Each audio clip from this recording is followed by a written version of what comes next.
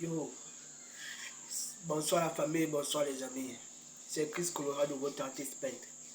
Bon, je reprends ici une petite vidéo des frangins qui m'ont dit comment je fais pour peindre comme ça là. Yo man, je commence à peindre depuis.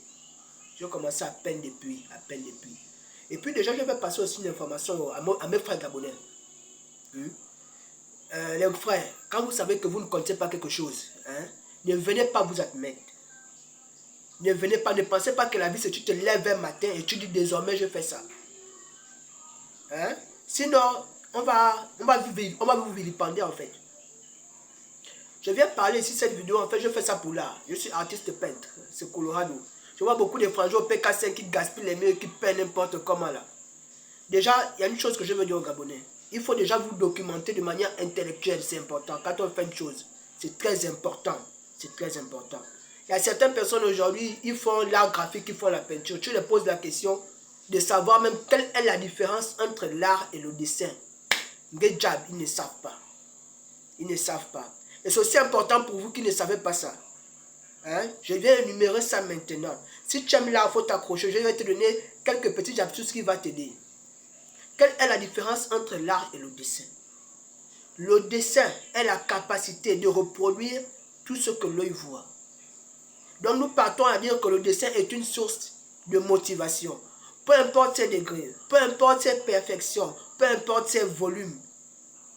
Je vous montre un exemple du dessin. Au dernier degré par exemple. Voilà.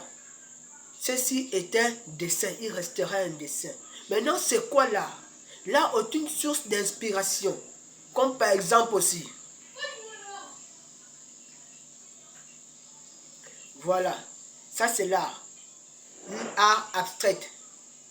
Et déjà, il faut savoir un truc. Que tu n'as pas besoin d'être trop fort en art graphique ou bien en peinture pour commencer ta carrière, c'est faux. On nous a appris que la peinture, souvent, c'est un don. C'est pas un don. La peinture n'est pas un don. C'est faux. C'est une pratique.